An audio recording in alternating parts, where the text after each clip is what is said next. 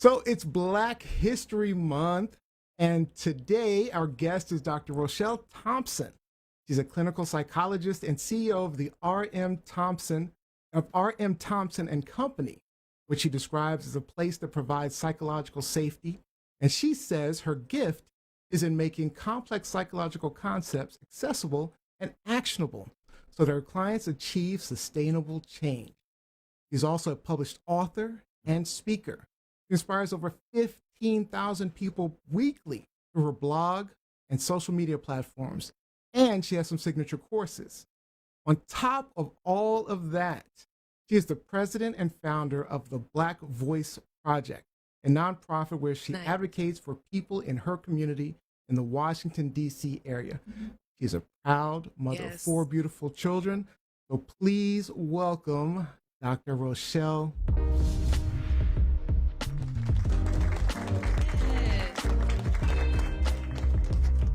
Dr. Thompson, welcome to the show. Dr. T. How are you? Hi, I just wanted to get in on the comic stuff. Like I was over here talking to myself, like I want to talk about nerding out. So you collect comics too? I'm into the Marvel characters as of late, but I just love my son. So I just love like kind of getting into it, and I saw you holding up like the Black characters, and I'm like, yes, that's what I'm talking about. Yes, they're so. I was actually surprised how many new Black characters are. They're really making a big deal about making Black characters in comics now, and so I'm just excited to collect them all. I'm just to be there. Like Pokemon, collect them all. Collect them all. All right, so Dr. Thompson, you're actually a pretty Googleable person. So we have a question that we ask all of our guests. So I don't know how you can answer this question because there's a lot out there about you. But the first question I have for you is, can you tell us something personal about you that we can't find on Google? Yes, this question right here. My grandma called me Cece. My nickname is Cece, and so that happens to be my fake name that I give people that I don't really want them to know who I am. So Cece, that's your fake name? Really? So Cece. So dude comes up to you in the club. Dude comes in the club. You don't want to talk to him. Hey, I'm Stacey. Exactly right. Give them that name. I'm looking for Cece. Love it. Oh, by the way, Mars Lit 86 is online. Says, "Hey, Dr. T." Hi. All right. So this spotlight that we're doing is all about Black excellence, and let me tell you, you are the epitome of Black excellence. You know, doctorate in psychology, author, public speaker, social media influencer, president, CEO. I mean, you've had an amazing career already. So what I wanted to know, tell us what sparks that drive in you to achieve. You know, where does it come from? Was it like something that started with you as a child, or, you know, is it something that later in life kind of put you on this trajectory? Yeah, you know, as a kid, I just wanted to be the person. I think right now, today, I wanted to be the person that I needed when I was a kid. And so a lot of what I do now is just trying to make sure that I'm a living example, and offer resources to people to remind them that they're also a living example, that you have a choice. You sit at the seat of choice, that whatever it is that you want to do, you can do it. And so I have to be obviously a living, walking, epitome of what that is. And so that's where a lot of my drive comes from. And then a good portion of it is there were a lot of people that told me that I couldn't do a lot of things. Being a single mom at the age of 17, whoo, you know, single mom at 17. 17 at 17. Yep. There was a lot of things that I was told that I couldn't do, that I wouldn't be able to do. That I wouldn't be able to go to college, that I wouldn't be able to finish school, that I would work a, regular job, making minimum wage, being on the system. And so I just didn't succumb to those lies, that people told me. And I'm just here now. So with your doctorate, I mean, you can't go to school. Hey, no, you went beyond that. Yes, that's incredible dedication. Yeah. Yeah, it's important. it's important to not let people tell your story. And I was convinced that I wasn't going to let anybody tell mine. Yeah, I love that. So was that opposition or not? I guess it is opposition in a way. People trying to kind of say things against you. Was that kind of your motivating force, or did you find other ways to grow, find other ways to motivate yourself? I realized that that negative place was really a toxic place to want to be successful. And so I've learned now Okay. how to find healthier places to operate in Okay. success. So when I first grew up, I was like, yeah, no, I can do it. I'm just using this as fuel. But as you like become older, you're like, this is not healthy. And like now the people around me are truly depending on me to win because that's how they're winning. With my Yes. nonprofit, the Black Voice Project, this is actually, a family affair. My brother, my cousin, my dad are all a part of this organization wanting to give back. And a lot of how, I help them running with my payroll, you got to help people eat, is by being able to practice these things yourself, and so now it's from a much healthier place now that I Yeah. just kind of let this ambition kind of thrive. And I want to show my kids like, there's no rules, you create them, and so That's it's really amazing. important. Yeah. My 4 kids looking at me, and I leave them with Absolutely. some legacy. Now, So, with the Absolutely. Black Voice Project, I've got a couple of questions because it seems to be a very integral operation. So, how did it come to be? How did you get involved? And what are the organization's long-term objectives?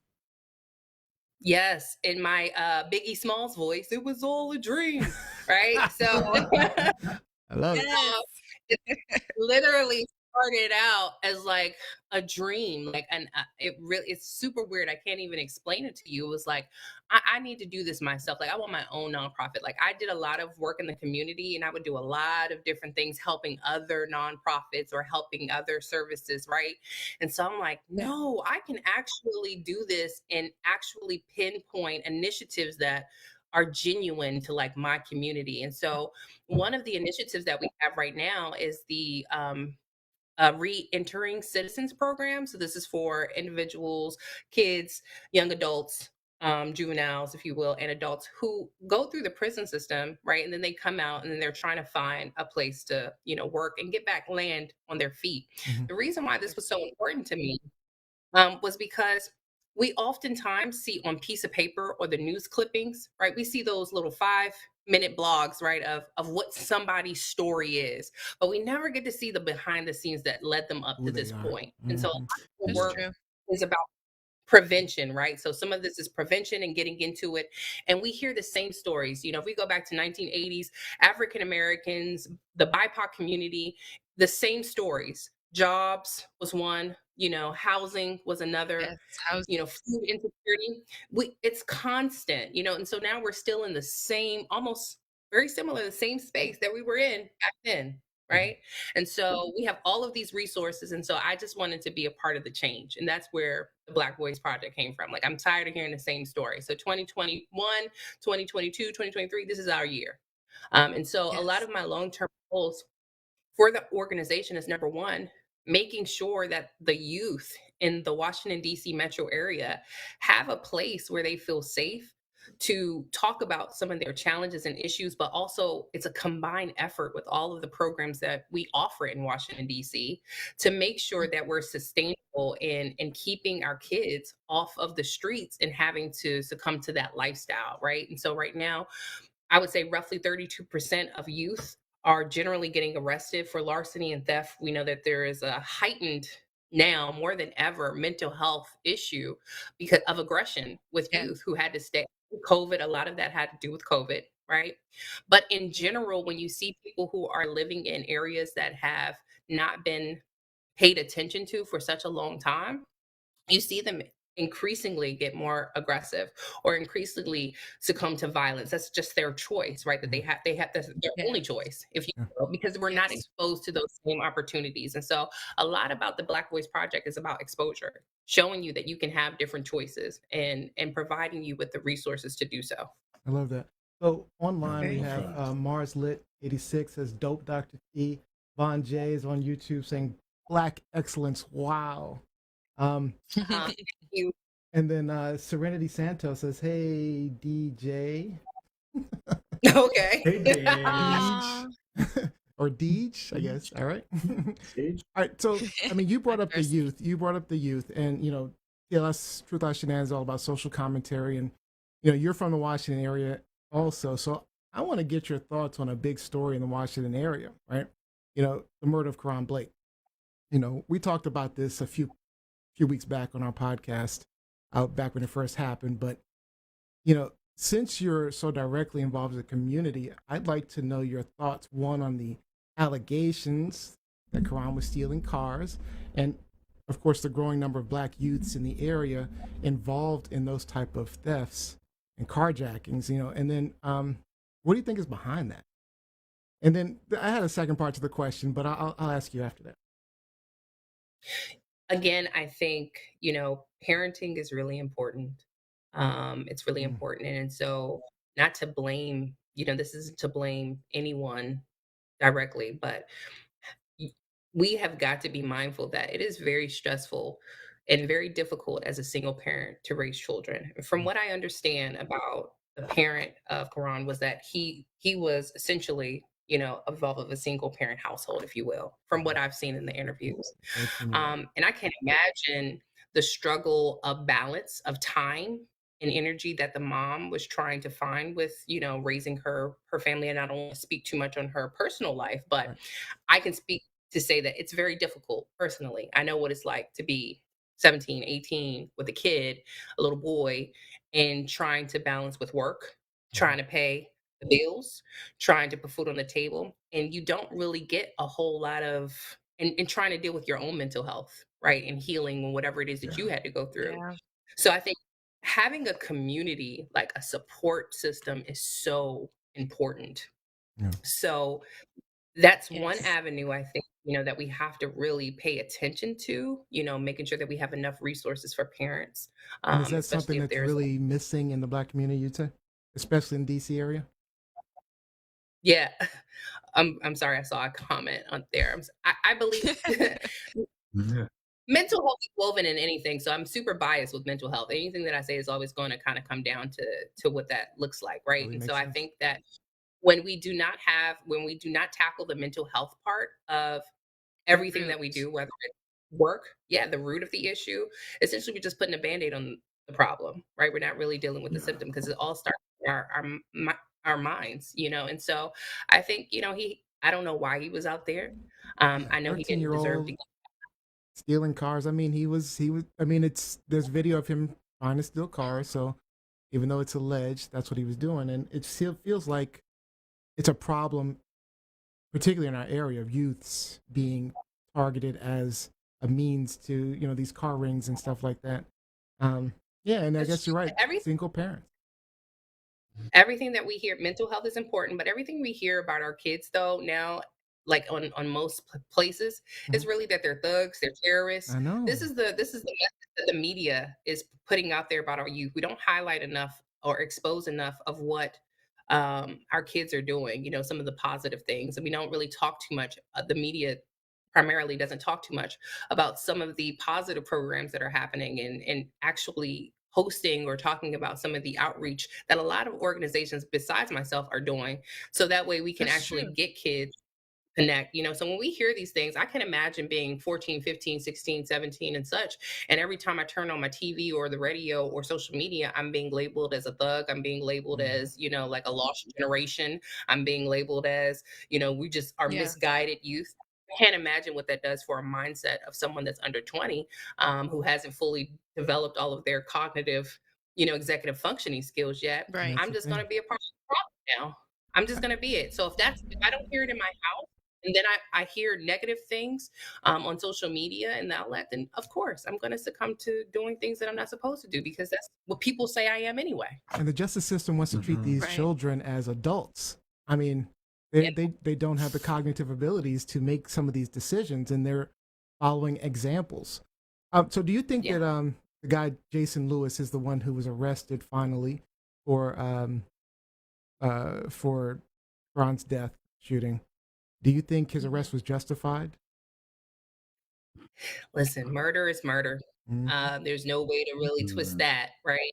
And so I think the judicial system is going to do what it needs to do with looking at all of the circumstances of the case and then determine whether or not, you know, how he should be charged. I think that the community is suffering from a really big issue of trauma. I mean, we see all of the time on the news as well, another form of, you know, just kids guns blazing out in, we hear stories all the time, under 25, children with guns. So there is a heightened sense of trauma in the community right now. And so I don't feel protected by the police. So I'm going to take matters into my own hands.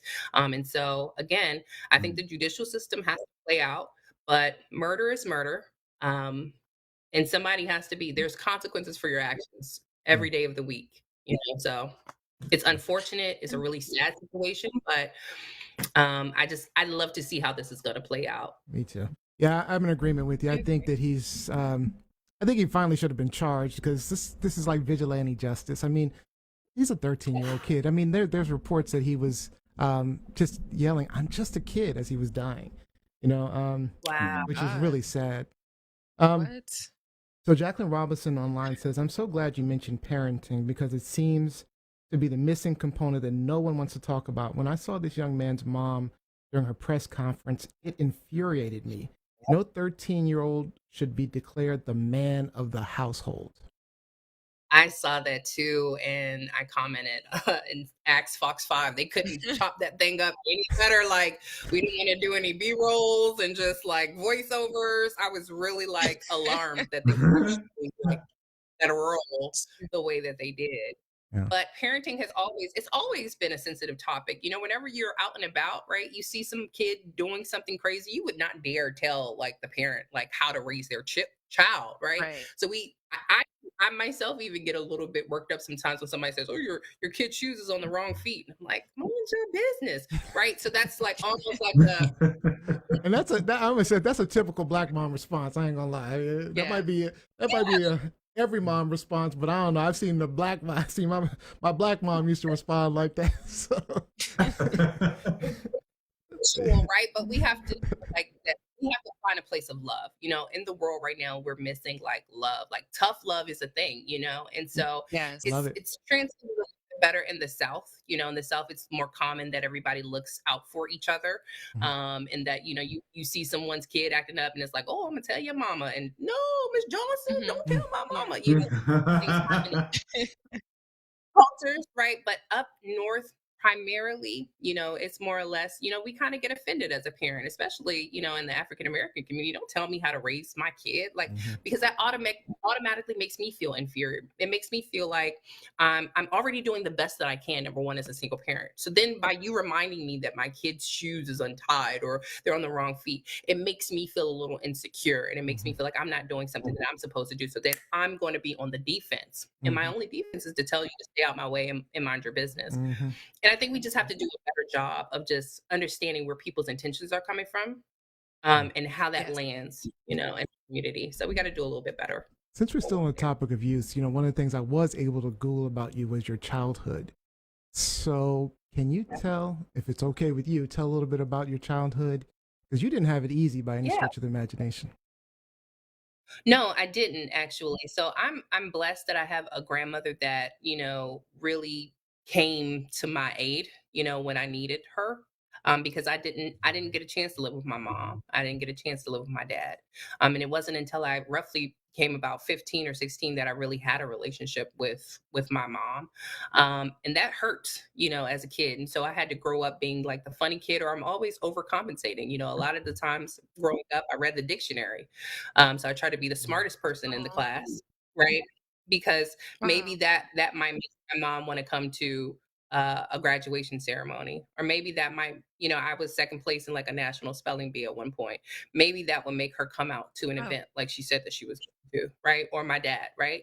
And so while I've amended those relationships, and you know, my father is a part of my nonprofit now, and my mom and I, you know, we're definitely cordial and we talk, and we've, you know, kind of healed. It doesn't erase the fact that it hurts not growing up with your mom and your dad, or you see other siblings living with your parents and you're like, well, I guess I wasn't good enough. And so it was a little challenging. And then I moved around a little bit from the ages of roughly about When I was 15, 16, went to a couple of different high schools. I played basketball, but that was even difficult in the ninth grade. Ninth, 10th grade year, I went to Suitland High School and I played basketball. And I actually was sexually assaulted Oh, in no. the locker room. Oh my And, God. you know, response to my grandfather's response after that happened was that I needed to go to school. And so I was a very angry teenager, but Oh no my one understood goodness. that I bet. time. It was just, Yes. you need to get up, you need to go to school. It's like I went through something very traumatic. So how could you say that? So I grew up not feeling understood in that moment, and no one ever talked to me about it. No one ever said it's almost like it didn't happen, right? And so it was very challenging for me, and I was very, very angry. And so a lot of the way that I manifested anger was just to play basketball.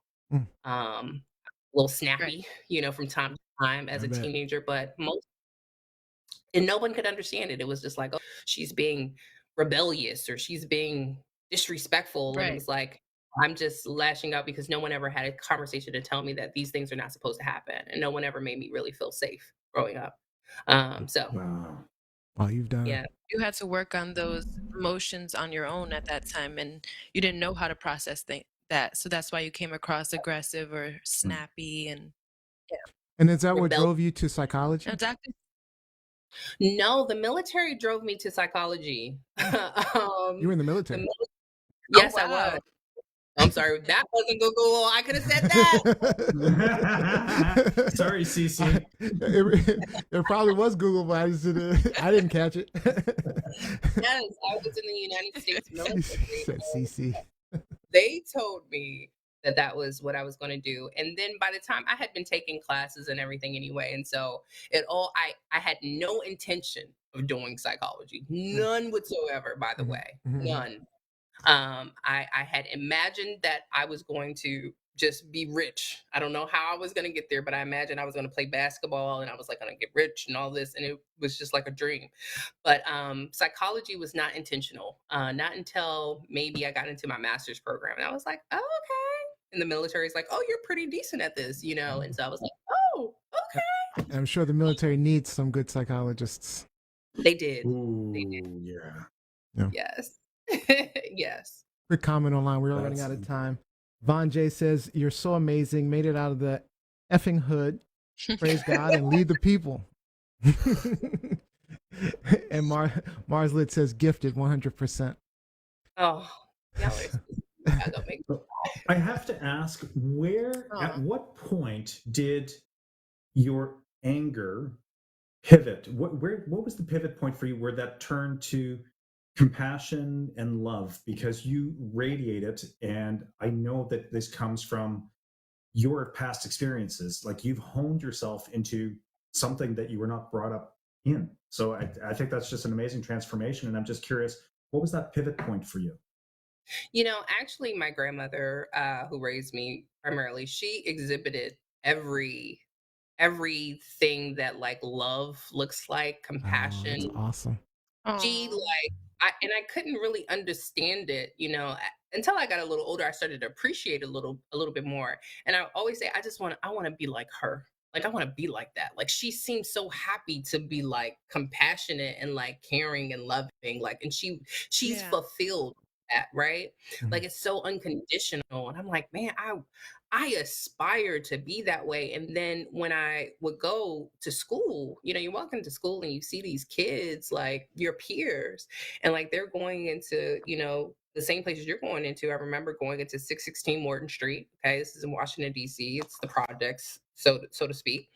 And you see these kids like, and you see like a guy that's like, he peed on himself in the Mm, stairwell. mm, People literally have to walk over him because he's like literally so high. He doesn't even know what's like going on. When you see something like wow, that, you see that on your way to school, and then you see the guy still there, or then he may be walking up and down the street just looking for money or looking for help, or if you mm, will. I was like, man, I don't ever want anybody to like. I always wanted to help him. Like I remember this guy distinctively. Like I wanted to help him, and wow. I never wanted anybody to like feel that pain or like feel left behind or be treated as like nothing and just ignored. And so a lot of that just came from those experiences, seeing that, and it just still invokes me to this Wow. day. It's just like, and I don't ever want anybody to feel like that. I don't ever want anybody to feel ignored and, just living with that anger I because love no that. one ever like that they were something. I just imagine like life if my grandmother never told me that I could actually do anything that I wanted to do. Yeah. Valiant Thorn Yeah. Wow, on Dr. YouTube says mental health Wow. exclamation point.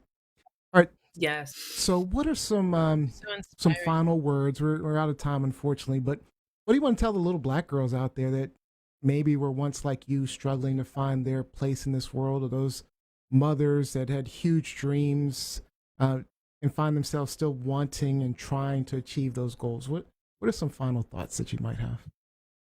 Yeah, you don't have to have a doctorate to change the world. I love Um, that. Mm.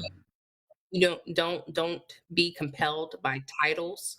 Don't be compelled by people telling you that you're too old or you're too young or you just can't. I'm just a living walking example that you can, and it would be selfish of you to have a purpose or gift and then you keep it to yourself because you're afraid that you actually are this negative thing.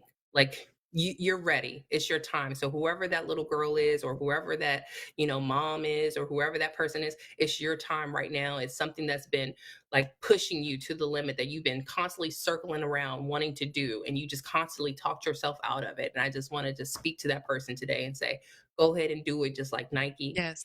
You can change the world. We're waiting on you. We've been waiting on you. And so that would be the message today. I love that message. Love All that. right. Unfortunately, again, we're out of time. So, can you let everyone know where they can find you, where we can catch up with you and see you online? Yes, please follow me on Instagram at Dr. Doctor Thompson with a P. You can also follow the Black Voice Project. We need followers. So at the Black Voice Project DMV. Amazing We also, project. yes, it's love. We need volunteers. So please, you can donate as well if you just don't have the time to come out. Oh, yes. www.theblackvoiceproject.com. If you're looking for some mental health services, we're lit over here at RM Thompson & Co. So you can go to www.RochelleThompson.com. Yes, authentic spaces. And you can also just, again, reach out to me via email, info@RochelleMThompson.com or Rochelle@theblackvoiceproject.com. I am around. Dr. You Rochelle are Thompson. everywhere. Thank you so much. You are the epitome of Black excellence, and we really do appreciate you joining us. Thank you. I'm so Thank honored. you. Thank you so much.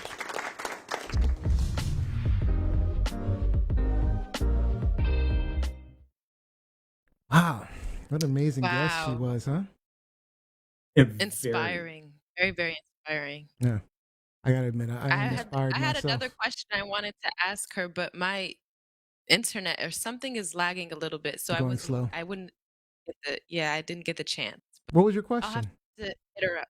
What was your I question? wanted to know if she is still listening. I kind of wanted to know how to break into doing a nonprofit or starting a nonprofit. Mm. But for similar and different reasons, but just for anybody who wants to be, creating their own nonprofit, what kind of like resources or advice she has That's a good available for question. that.